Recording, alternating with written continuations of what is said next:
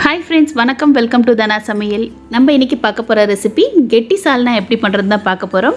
இந்த சால்னா கூட இட்லி, தோசை, சப்பாத்தி, பரோட்டா, சாதத்துக்கும் ரொம்ப பர்ஃபெக்டான காம்பினேஷனாக இருக்குங்க. சாதத்தோட சுட சுட போட்டு நீங்கள் இந்த சால்னா ஊற்றி ஒரு முட்டை ஆம்லேட் மட்டும் வச்சு சாப்பிட்டு பாருங்கள். ரொம்ப அருமையாக இருக்கும். அதே மாதிரி இட்லி, தோசைக்கும் ரொம்ப டேஸ்ட்டாக இருக்கும். வாங்க இந்த ரெசிபி எப்படி பண்ணுறதுன்னு பார்க்கலாம். வீடியோக்குள்ளே போகிறதுக்கு முன்னாடி நம்ம சேனலை சப்ஸ்கிரைப் பண்ணலைன்னா மறக்காமல் சப்ஸ்கிரைப் பண்ணிக்கோங்க. இப்போ சால்னா பண்ணுறதுக்கு நான் ப்ரெஷர் குக்கர் தான் வச்சுருக்கேன். இதில் 2 குழிக்கரண்டி அளவுக்கு எண்ணெய் சேர்த்துக்கிறேன். இந்த சால்னாக்கு கொஞ்சம் எண்ணெய் அதிகமாக இருந்தால் தான் டேஸ்ட் நல்லாயிருக்கும். ஒருவேளை உங்களுக்கு குறைவாக வேணும்னா நீங்கள் குறைவாக சேர்த்துக்கலாம். எண்ணெய் சூடானதோ ஹோல் கரம் மசாலா சேர்த்துக்கலாம். ஒரு ஸ்டார் அனாசி, 2 துண்டு பட்டை, 3 ஏலக்காய், கொஞ்சம் கல்பாசி, 4 லவங்கம், ஒரு துண்டு பிரிஞ்சி இலை. பிரிஞ்சி இலையை மட்டும் நம்ம கிள்ளிட்டு சேர்த்துக்கலாம். அப்போ தான் ஃப்ளேவர் நல்லாயிருக்கும். இப்போ இது கொஞ்சம் நேரம் கலர் மாறி வரட்டும்.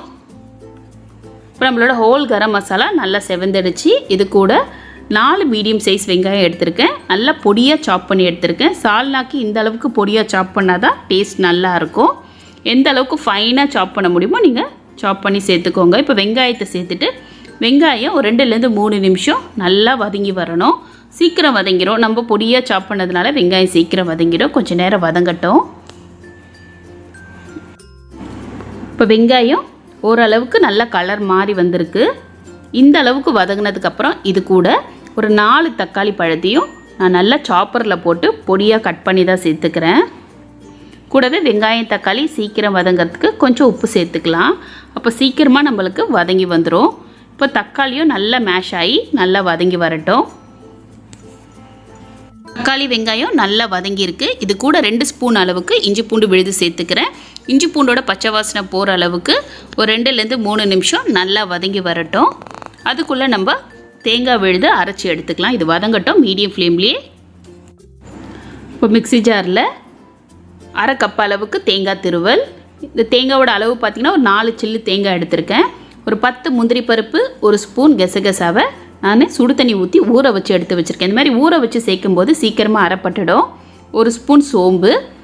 இந்த சால்னாக்கு நல்லா ஃப்ளேவர் கொடுக்கறது இந்த சின்ன வெங்காயம் தான். ஒரு 8 சின்ன வெங்காயத்தை நான் உரிச்சிட்டு சேர்த்துக்கிறேன். தண்ணி ஊற்றி நல்லா இந்த அளவுக்கு ஃபைன் பேஸ்ட்டாக அரைச்சி எடுத்துக்கணும். இப்போ இது இருக்கட்டும். இப்போ இஞ்சி பூண்டோட பச்சை வாசனை போய் நல்லா வதங்கி வந்துருச்சு. எண்ணெயும் பிரிஞ்சு வந்திருக்கு. இது கூட 1/4 ஸ்பூன் அளவுக்கு மஞ்சத்தூள், 2 ஸ்பூன் அளவுக்கு குழம்பு மிளகாத்தூள் சேர்த்துக்கிறேன். வீட்டில் அரைச்ச குழம்பு மிளகாத்தூள், 1 ஸ்பூன் அளவுக்கு காஷ்மீரி மிளகாத்தூள். இது ஒரு நல்ல கலர் கொடுக்கும், அதனால தான் நான் சேர்த்துருக்கேன். காரம் அவ்வளோ இருக்காது. 1 ஸ்பூன் அளவுக்கு கரம் மசாலா சேர்த்துக்கலாம். இப்போ எல்லா மசாலாவும் சேர்த்துட்டோம். இந்த மசாலா இந்த வெங்காயம் தக்காளியோடவே ஒரு 2 நிமிஷம் நல்லா வதங்கி வரட்டும். நல்லா வதங்கி எண்ணெய் பிரிஞ்சு வரும். அது வரைக்கும் நம்ம வதக்கி எடுத்துக்கலாம். மீடியம் ஃப்ளேமில் வச்சு வதக்கி எடுத்துக்கணும். வதங்கட்டும். இப்போ மசாலா எல்லாம் நல்லா வதங்கி எண்ணெய் பிரிஞ்சு வந்திருக்கு. இப்போ இது கூட ஒரு கைப்பிடி அளவுக்கு புதினா சேர்த்துக்கலாம். புதினாவை நல்லா வாஷ் பண்ணி எடுத்து வச்சுருக்கேன். இப்போ அந்த புதினா ஒரு கைப்பிடி அளவுக்கு சேர்த்துக்கணும். இந்த புதினா சேர்த்துட்டு அதையும் ஒரு நிமிஷம் நல்லா வதக்கி விட்டுக்கலாம். புதினா நல்லா வதங்கிடுச்சு. அரைச்சி வச்சுருக்க தேங்காய் விழுதை இதோட சேர்த்துக்கலாம். சேர்த்துட்டு இது கூட 2 கப் அளவுக்கு தண்ணி சேர்த்துக்கிறேன். இந்த மிக்ஸி ஜார்லேயே நம்ம 2 கப் அளவுக்கு தண்ணியை கழுவிட்டு சேர்த்துக்கலாம். இந்த சால்னா கெட்டியாக இருந்தால் தான் நல்லாயிருக்கும். அதிகமாக தண்ணி சேர்த்திங்கன்னா டேஸ்ட் நல்லா இருக்காது. இப்போ 2 கப் அளவுக்கு தண்ணி சேர்த்துட்டு இப்போ ஒரு வாட்டி நல்லா கலந்து விட்டுக்கலாம். உடனே நம்ம குக்கரை லிட்டு போட்டு க்ளோஸ் பண்ண வேண்டாம். நல்லா மிக்ஸ் பண்ணிவிட்டு லைட்டாக அப்படியே கொதிக்க ஆரம்பிக்கும். அந்த ஸ்டேஜில் உங்களுக்கு சுகர் டேஸ்ட் பிடிச்சா 1/4 ஸ்பூன் அளவுக்கு சுகர் சேர்த்துக்கோங்க. ஹோட்டலில் கண்டிப்பாக சுகர் சேர்ப்பாங்க. சுகர் சேர்த்துட்டு குக்கரை லிட்டு போட்டு க்ளோஸ் பண்ணுங்கள். நான் இன்றைக்கி சுகர் சேர்த்துக்கல. அப்படியே தான் குக்கரை லிட்டு போட்டு க்ளோஸ் பண்ண போகிறேன். இப்போ இந்த சால்னாக்கு தேவையான அளவுக்கு உப்பு சேர்த்துக்கிறேன். ஃபஸ்ட்டு நம்ம வெங்காயம் தக்காளி வதங்கிறதுக்கு தான் கொஞ்சமாக உப்பு சேர்த்துருந்தோம். இப்போ சால்னாக்கு தேவையான அளவுக்கு உப்பு சேர்த்துட்டு இப்போ லைட்டாக கொதிக்க ஆரம்பிக்குது. இப்போ நம்ம குக்கரை லிட்டு போட்டு க்ளோஸ் பண்ணிக்கலாம். க்ளோஸ் பண்ணிவிட்டு ஒரு விசில் வச்சு எடுத்துக்கலாம். இப்போ பாருங்கள் லைட்டாக கொதிக்க ஆரம்பிச்சிருச்சு. லிட்டு போட்டு க்ளோஸ் பண்ணிக்கிறேன். ஒரு விசில் வந்ததுக்கப்புறம் சால்னா எப்படி இருக்குன்னு பார்க்கலாம். ஒரு விசில் ஸ்டவ் ஆஃப் பண்ணிவிட்டேன். ப்ரெஷரும் நல்லா ரிலீஸ் ஆகிடுச்சு. ஓப்பன் பண்ணும்போதே இந்த சால்னா நல்ல ஒரு ஃப்ளேவராக இருக்குங்க. சூப்பராக இருக்குது. வீடே நல்ல ஒரு வாசனையாக இருக்குது. இந்த அளவுக்கு கெட்டியாக இருந்தால் தான் இந்த சால்னா நல்ல ஒரு டேஸ்ட்டாக இருக்கும். ஃபைனலாக இது கூட பொடியாக நறுக்குன மல்லி இலை சேர்த்துட்டு ஒரு வாட்டி நல்லா கலந்து விட்டுக்கலாம். கலந்து விட்டுட்டோம்னா சூப்பரான மதுரை ஸ்டைலில் கெட்டி சால்னா ரெடி ஆகிடுச்சிங்க. மதுரையில் இந்த சால்னா ரொம்ப ஃபேமஸ். இந்த சால்னா கூட இட்லி, தோசை, சப்பாத்திக்கு ரொம்ப சூப்பராக இருக்கும்.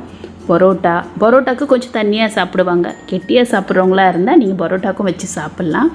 அதேமாரி சாதத்துக்கும் ரொம்ப சூப்பராக இருக்குங்க. ஒரு முட்டை வறுவல் வச்சு இந்த சால்னா ஊற்றி சாப்பிட்டிங்கன்னா ரொம்ப அருமையாக இருக்கும். ஒரே ஒரு முறை நீங்கள் உங்கள் வீட்டில் செஞ்சு கொடுத்து பாருங்கள். திரும்பவும் செய்ய சொல்லி கண்டிப்பாக கேட்பாங்க. அந்த அளவுக்கு இந்த சால்னா ரொம்ப டேஸ்ட்டாக இருந்துச்சு. நீங்களும் செஞ்சு பார்த்துட்டு உங்களோட ஃபீட்பேக் என்னோட ஷேர் பண்ணுங்கள். இந்த வீடியோ பிடிச்சிருந்தா மறக்காமல் வீடியோக்கு ஒரு லைக் கொடுங்க. நம்ம சேனல் தனா சமையலை சப்ஸ்கிரைப் பண்ணிக்கோங்க. நாளைக்கு ஒரு இன்ட்ரெஸ்டிங்கான வீடியோவில் உங்களை வந்து மீட் பண்ணுறேன். தேங்க்யூ.